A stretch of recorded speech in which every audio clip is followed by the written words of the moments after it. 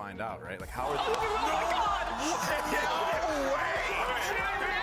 Remember the stakes. One of these teams is going home, ending their season. What many people were calling the match of the century broke the Valorant community, as TenZ locked Yoru and put on a world-class performance on a very, very niche character that no one was expecting. Now in this video, we're going to break down exactly why TenZ completely slaughtered on Yoru and how you could do the same things in your game, so let's break it all down. Now before we get started, if you want to master Yoru or any other character as quickly as possible, we have step-by-step guides on the SkillCapped website, tips, tricks, and everything you could possibly need to climb incredibly fast. So what are you waiting for? Check it out right now in the links down below. And the last chance qualifier is in every region, giving teams an opportunity to actually win their way directly to champions, the biggest Valorant tournament period, and all stakes are on the line. And in this, we had two favorites playing head-to-head, Sentinels and 100 Thieves. Now, Sentinels actually began choking at the start, losing a 9-3 lead in overtime, and Cryo showed off a masterclass on 100 Thieves, carrying that team to victory in map 1. Now in map 2, Sentinels collapsed back on split with an even 6-6 at the half, but then Sentinels ran away with it, ending the game 13-7, and in map 3, the unthinkable happens. Not only did TenZ lock Yoru, but Asuna does as well. And we have the most important match of both of these teams for the last year. They lock this character in the last map. It's freaking nuts. And for context, Yoru doesn't see any pro play.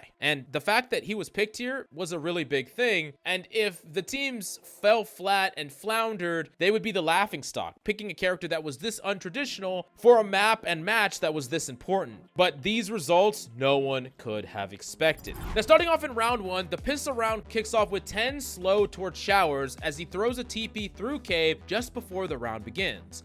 It's a deadly place. Yeah, it's just round the corner.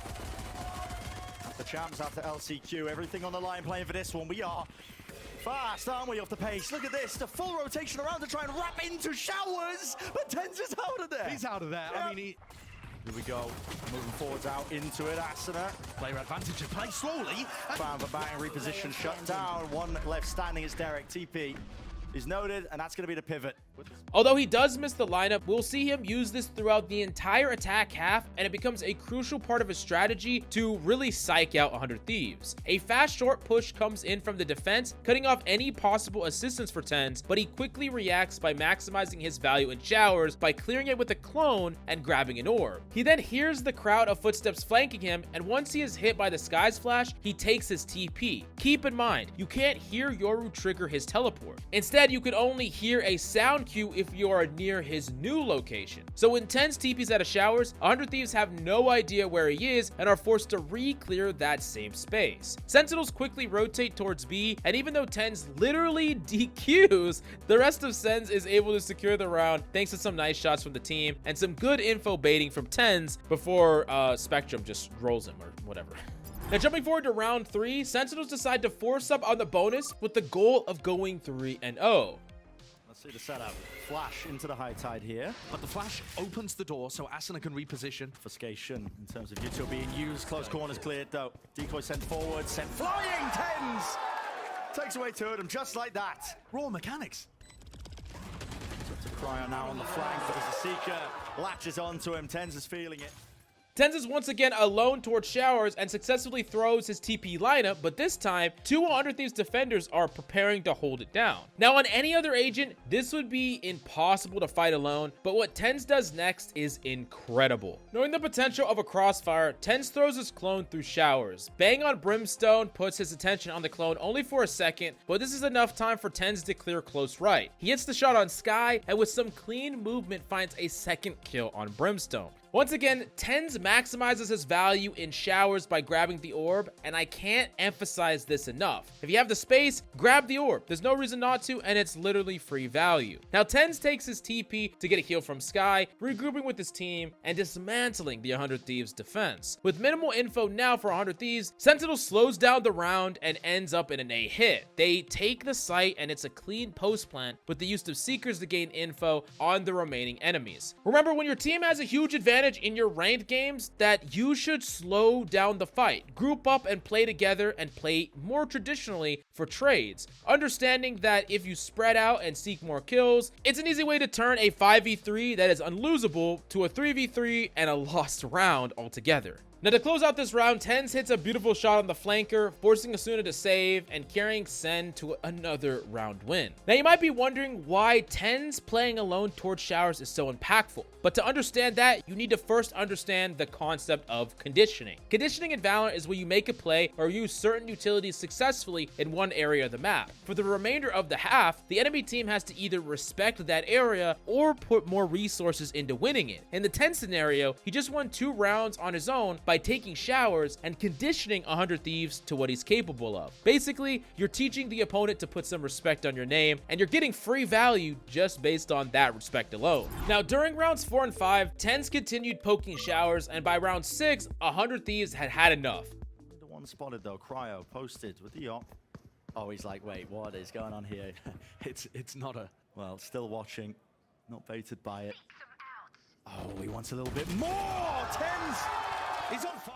They decide to put Cryo's op holding showers to try and deal with TenZ, but as soon as TenZ notices 100 Thieves don't use their usual brim smoke to hold showers, he knows something's different. So instead of pushing, he sets up this masterful hold. But why would Cryo even push this, you might ask? Is he just misplaying or trolling? No, he just got completely outbrained. See, in the past round, every time TenZ throws his clone at showers, he follows it up and tries to get kills, take space, and secure the orb. But when Cryo doesn't see TenZ push up with his clone, he thinks it's SEN's attempt to fake A. Cryos tries to confirm this by pushing up showers, and if he was successful, it would have been insane info for 100 Thieves. Sadly for Cryo though, TenZ had the complete read. Hitting this shot on Cryo shut down the most important part of the defense. Sentinels react with an overwhelming hit A, and this closes out yet another round thanks to TenZ's showers masterclass. Now throughout the rest of attack, TenZ continued outplaying 100 Thieves, including impact kills, ult plays, and round-winning shots. But let's actually take a look at the final round of the half when Sentinels decide to swap it up.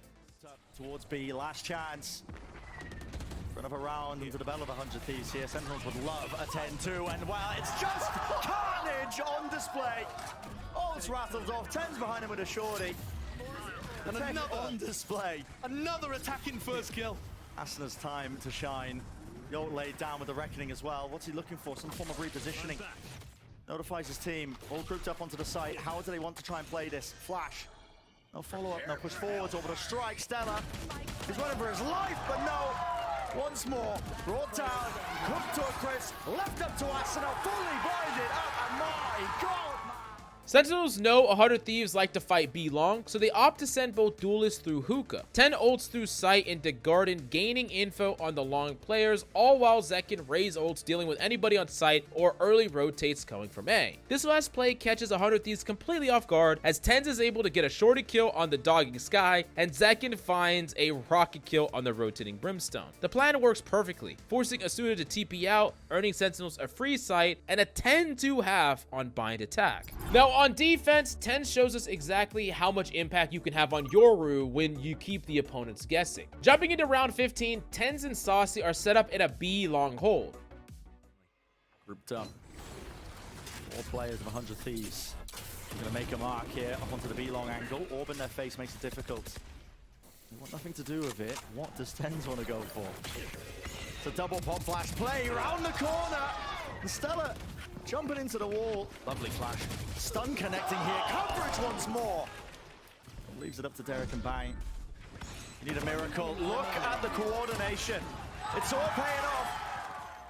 As 100 Thieves shows some pressure, a good Viper Orb is able to hold them back, and because of TenZ's position in long, he's able to hear 100 Thieves begin to back off and pull off this push. He quickly reacts by walking up long. TenZ and Saucy combo flash for TenZ to swing and find yet another first blood. He then instantly TPs to safety just in time to Yoru diff Asuna, putting SEN in a 5v3. With some good positioning, Marv and Zekin are able to lock down A site, putting Sentinels up 11-4, all thanks to TenZ early kills. Now, going into round 16, on bind, utilizing TPs on attack is a convenient way to set up rotates and fakes, but on defense, people just don't use it enough. Take a look at how Sentinels completely outplay 100 Thieves, ending the round in 30 seconds. The showers crunch as well. They're exchanging fire right through the smoke. You see, it's a Trailblazer to set it up. Beautiful again. It's TenZ ripping them to pieces.